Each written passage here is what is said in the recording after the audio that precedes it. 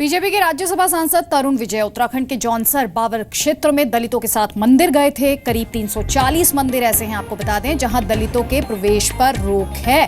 तरुण विजय ने सिलगुड़ देवता मंदिर में दलितों को प्रवेश दिलाकर एक अभियान की, एक मुहिम की शुरुआत की थी। वैसे देश के जिन मंदिरों में दलितों के प्रवेश पर रोक है उसमें उत्थमपलायम मरियम्मन मंदिर है, जो कि तिरुपुर तमिलनाडु में आता है। साथ ही पश्वेश्वर मंदिर है जो सिगरनहल्ली कर्नाटक में है।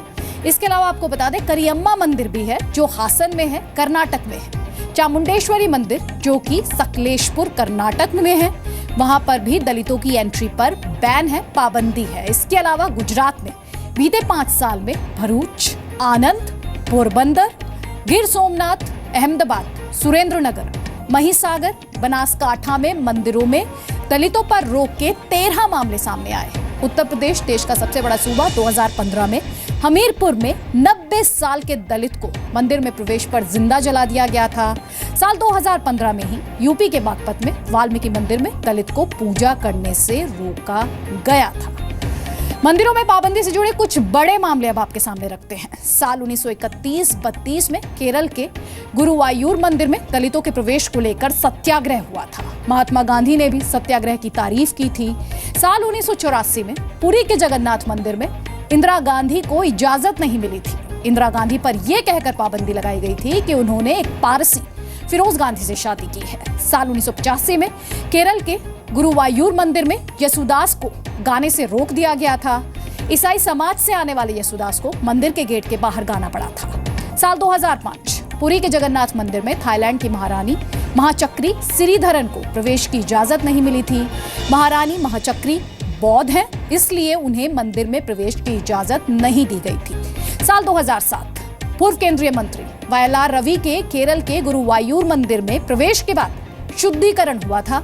और कुछ ऐसा ही साल 2014 में भी बिहार के मधुबनी में पूर्व मुख्यमंत्री जीतन राम मांझी के मंदिर में दर्शन के बाद शुद्धिकरण का मामला सामने आया था। 9 बजे के स्पेशल में अब पड़ोसी देश पाकिस्तान की बात। आखिर बार बार धोखा दे रहे पाकिस्तान पर भरोसा ही क्यों किया जाए, ये सवाल देश के गृह मंत्री के इंटरव्यू से उठा है। राजनाथ सिंह ने जी न्यूज के एडिटर सुधीर चौधरी के साथ बातचीत में ये माना कि पठानकोट पर नरेंद्र मोदी का भरोसा तोड़ा गया। तो क्या माना जाए, 2 साल की मोदी सरकार आज पाकिस्तान के मसले पर खड़ी कहां है?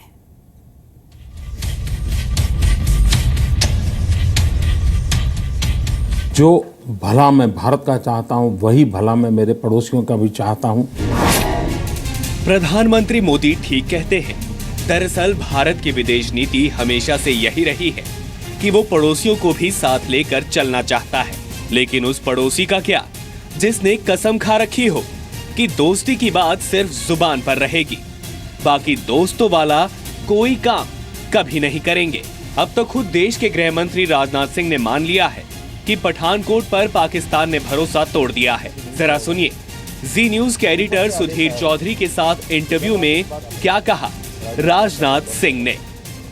यूपी की सरकार थी तब आप लोगों को बहुत गुस्सा आता था जब पाकिस्तान की तरफ से ऐसी गतिविधि होती थी, लेकिन अब आपको उतना गुस्सा नहीं आता।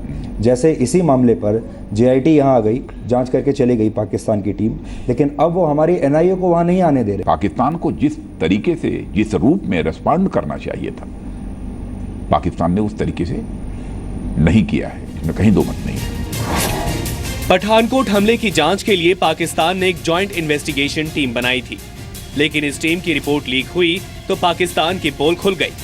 रिपोर्ट के हवाले से पाकिस्तानी मीडिया ने लिखा कि JIT ने पठानकोट एयरबेस हमले को भारत का ड्रामा करार दिया है।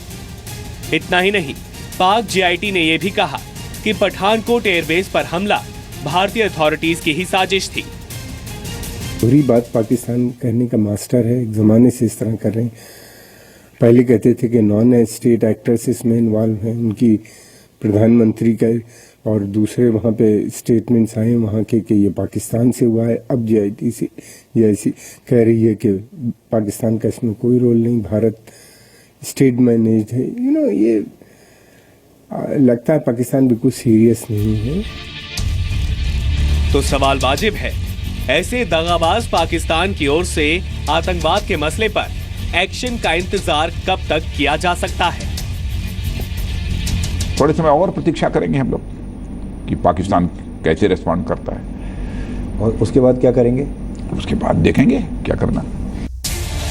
2 जनवरी को पठानकोट एयरबेस पर आतंकियों ने हमला किया था, जिसमें भारत के 7 जवान शहीद हुए थे। इस हमले के बाद भारतीय जवानों ने 6 आतंकियों को मार गिराया था।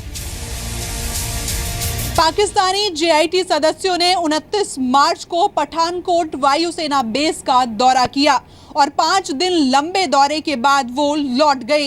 इस दौरान हमले से जुड़े कई सबूत उनके साथ साझा किए गए, जिसमें 4 आतंकवादियों की डीएनए रिपोर्ट, उनकी पहचान और जैश-ए-मोहम्मद के आतंकवादियों के कॉल रिकॉर्ड भी शामिल हैं। लेकिन इसके बदले में भारत को कुछ भी हासिल नहीं हुआ। तो सवाल है कि आतंकवाद के मसले पर पाकिस्तान के साथ इंतजार करो की नीति कब तक चलेगी, खासतौर पर तब जबकि हाल ही में एक विदेशी अखबार को दिए इंटरव्यू में प्रधानमंत्री ने कहा भी है कि अगर रिश्तों की राह में आतंकवाद की रुकावट पाकिस्तान हटा दे तो भारत पाकिस्तान के रिश्ते बेहद ऊंचाई पर पहुंच सकते हैं। आतंकवादी हमलों के दोषियों पर प्रभावी कार्रवाई को लेकर पाकिस्तान की नाकामी हमारे संबंधों को आगे बढ़ने से रोक रही है। जो भला मैं भारत का चाहता हूँ वही भला मैं मेरे पड़ोसियों का भी चाहता हूँ, और इसी के लिए मैं बीच में लाहौर भी हो आया था। तो ये मेरा अपना इनिशिएटिव है। हाँ, आतंकवाद सारी दुनिया का कंसर्न है। आतंकवाद से हम कोई कॉम्प्रोमाइज़ नहीं कर सकते और करना भी नहीं चाहिए। तो आतंकवाद के मुद्दे पर हम दुनिया में जहाँ जहाँ आतंकवाद है उसके खिलाफ हमारा स्टैंड। पाकिस्तान के साथ बातचीत और पाकिस्तान की तरफ से धोखा, ये दोनों एक के बाद एक चलती रहती हैं और सरकारें बदलती रहती हैं। बेशक पाकिस्तान की यही पहचान है, लेकिन 2 साल पूरा कर चुकी इस सरकार से तो अब ठोस जवाब की उम्मीद है। देश बदल रहा है, लेकिन पाकिस्तान के साथ रिश्ते और बॉर्डर पर हालात बदल रहे हैं क्या? ब्यूरो रिपोर्ट, जी मीडिया। और साथ ही बड़ा सवाल ये भी कि क्या पाकिस्तान को हैंडल करने के लिए भारत के पास क्या कोई ठोस पॉलिसी है?